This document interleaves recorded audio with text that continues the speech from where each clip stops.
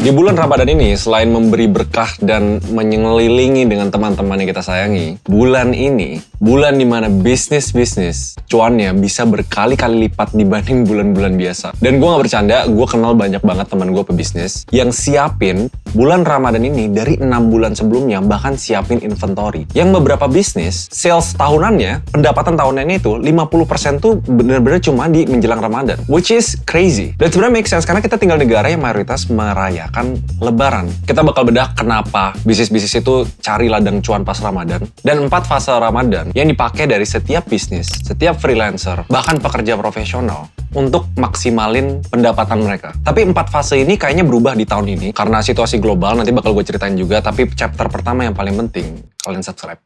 Oke, enggak. Chapter pertama, spending habit. Kalian harus tahu real data-datanya. Kenapa Ramadan jadi banyak banget ladang cuan bisnis-bisnis di hampir semua industri. So, ini data dari Nielsen ya. Konsumen di Indonesia typically spend hampir 30% lebih di bulan Ramadan dibanding bulan-bulan biasa. Mau itu clothing, grocery, home appliance, dan ada behavior tertentu cuma belanja barang itu di Ramadan. Kalau secara whole, 2019 BPS pernah keluarin ini. Sales retail itu naik 18,5% sebelum Lebaran. Makanan minuman naik 22,3%. Fashion sampai 17,3%. Tapi pengalaman gue sama teman-teman gue ya, ada beberapa fashion yang naiknya bahkan di atas 100%. Nanti kita bakal bahas. And ya kita nggak usah lupa yang obvious ya. Di Lebaran kan orang pulang kampung. Transportasi, pariwisata, penerbangan naik 11,7%. Di 2022, KAI bilangnya naik kereta lebih dari ekspektasi, yaitu 139%.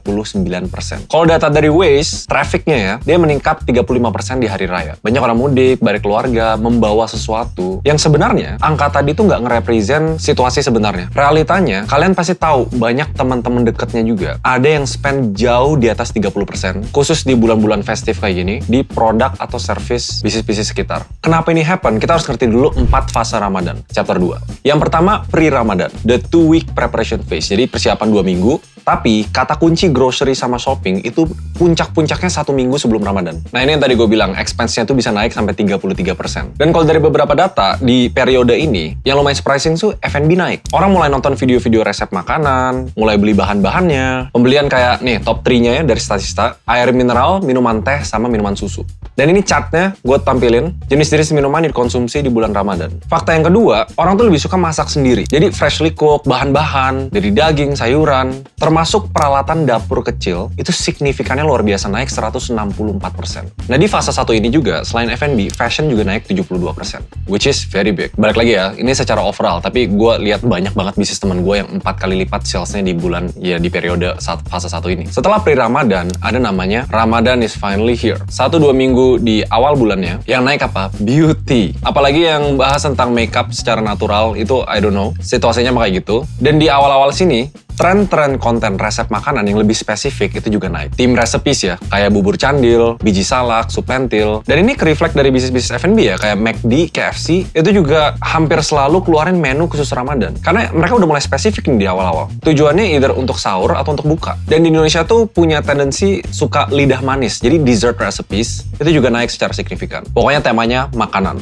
Khusus cowok 77% interestnya, fokus ke barbecue sama food entertainment. Cewek 44% lebih fokus ke dessert sama resep makanan. Nah ternyata ada satu lagi yang lumayan naik di fase 2, yaitu gaming. Bukan cuma main game ya loh, tiba-tiba viewership di streaming game di YouTube itu naik di fase ini. Dan pernah dilakukan survei di 2020, 46% orang tuh spend more time, lebih banyak waktu untuk main game di bulan Ramadan. Di fase ini. And valid aja, gue sebelum Ramadan aja sering main game. Dan hal yang lagi menarik yang gue lagi kolaborasi itu Rise of Kingdom. Strategis sih mereka masuknya di konten ini, sama ya gamenya juga sekalian game strategi. Dulu dia sempat BA, Deddy Kobuser sama nih beberapa artis lain, dan dia sempat ranking 1 game strategi di Android Play Store. App Store segini. Gamenya itu peperangan, dan gara-gara gue suruh editor gue ikut download, dia nyaranin gue pakai peradaban Arab. Cavalry attack-nya naik 5%, katanya lagi meta banget. Ya udah gue ikutin aja, karena dia emang suka riset-riset gitu game yang bagus yang gimana. Dia maniak soalnya. Kalau nggak ngedit kerjaannya main game HP. Terus bisa main bareng sama teman-teman gitu, ngelawan kerajaan lain. Dan editor gue sendiri udah lead 100 orang di guildnya. Kira-kira tampilannya gini, kalau kalian nggak percaya itu seru. Intinya posisiin diri jadi kayak raja atau komandan. Ya kita harus pikirin strateginya buat menang. Nah di bulan Ramadan ini mereka lagi ada Rise of Kingdom, Ramadan Welfare Super Value Package. Kota bersinar di padang pasir. Itu 90% off. Nah kalau di bulan ini kalian login, kalian bisa kesempatan dapat Avatar Frame Limited Kembang Api Kota Kuno. Tapi limited ya di periode ini. Dan Rise of Kingdom juga lagi bagi-bagi Green Packet Ramadan Limited. Kalau kalian pakai kode ini, bisa dapetin banyak keuntungan. Sama limited juga, 22 Maret sampai 30 April. Oh, sebelum main game, di periode ini juga kartu seluler, SIM card, kuota, top up, itu juga lagi naik. Karena yang biasa wifi di rumah, jadi mereka harus punya paket data di luar. Nah, habis itu masuk ke phase 3, 2 minggu terakhir, Beauty Gets Festive. Kalau yang di fase 2 lebih fokus ke skincare sama makeup yang natural. Di fase 3, yang lagi naik tuh ya care yang outside event, yang butuh keluar, yang lebih festive. Kayak nail polish, hair care, kata kunci ini ya, perfect eye look, atau kayak penampilan lebaran yang paling enak, paling perfect tuh gimana? Itu tuh naik banget. Buat cowok-cowok, cukuran, shaving, grooming itu naik sampai 20% ya, harus rapi abis tuh. Nah, yang beda dari phase 2, yang sebelumnya fokus ke makanan di rumah, di sini lebih banyak periode orang makan di luar. Interest di resto-resto kayak buffet, menu sahur. Jadi banyak perusahaan F&B tuh nge-adjust opening hour mereka di periode ini untuk bisa datengin orang-orang yang interestnya lagi naik. Mungkin ini salah satu puncaknya juga sama kayak phase 1 ya. Phase 2 menurut gua transitionary. 2 minggu terakhir itu gift. Jadi, aduh ini gila sih, ini market ini untuk bagi-bagi pas lebaran itu tuh naiknya signifikan banget. Kalau kalian punya bisnis yang fokus ke hampers, termasuk fashion, termasuk kayak aksesoris, yang sifatnya buat pemberian, bahkan yang niche banget pun itu naiknya signifikan. Karena ditambah interest untuk umroh di periode ini itu naik 200% juga.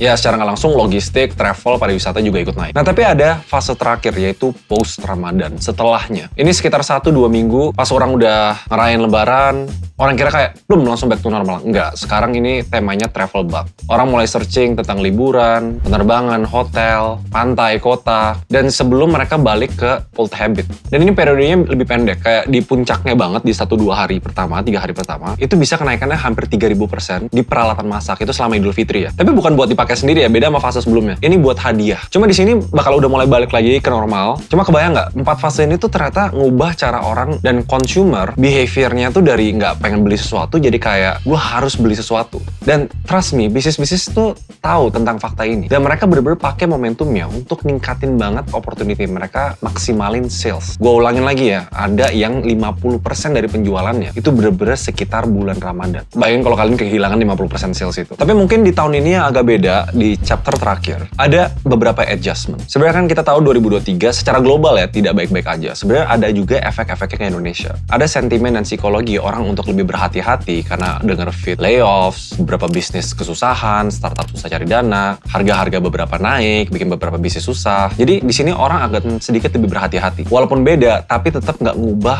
core behavior change yang udah terjadi di beberapa tahun yang lalu. Karena jangan lupa, most company tetap ngelakuin yang namanya THR, tunjangan hari raya. Mereka dapat uang kaget yang mereka bakal spend selama 4 fase itu. Jadi salah satu tips buat kalian yang nonton ini, mau kalian freelance, bekerja di perusahaan, atau kalian punya bisnis, maksimalin periode lebaran ini. Kalau belum punya bisnis, atau kayak bikin bisnis kecil-kecilan yang emang khusus buat bikin parcel, khusus Ramadan, silahkan. Kita ngebantu teman-teman kita yang di periode ini untuk beli gift, untuk berbagi. So, nggak ada masalahnya untuk kita ambil momentumnya. Dan untuk kebanyakan bisnis yang udah bener-bener pintar, mereka nge-planning ini tuh dari jauh-jauh hari banget. Karena kalian kalau nonton video ini, bisnis tuh bakal memikirkan yang sama.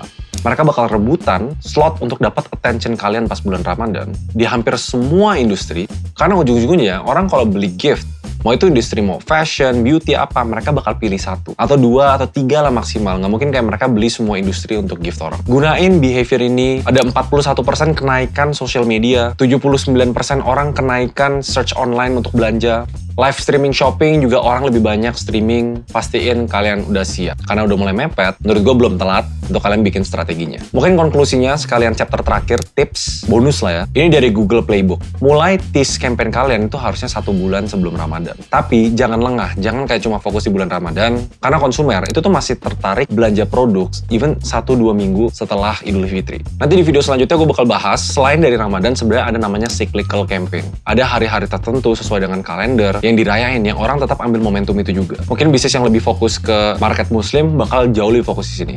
Tapi bisnis yang lebih agnostik, yang fokus ke gift aja, dia bakal fokus ke campaign-campaign selanjutnya. Misalnya Lebaran, Imlek, Natal, sama. Behaviornya sama. Tetap di planning dari jauh-jauh hari. Gimana? Mungkin pertanyaannya, kalian pas bulan Ramadan, bener nggak? Pernah catat nggak berapa banyak sih yang kalian spending dibanding bulan-bulan biasa? Kalau ada yang salah, feel free komen di bawah. Jangan lupa main Rise of Kingdom, linknya ada di bawah. Lagi ada promo, linknya juga ada di bawah. I guess I'll see you guys in the next video. Bye-bye.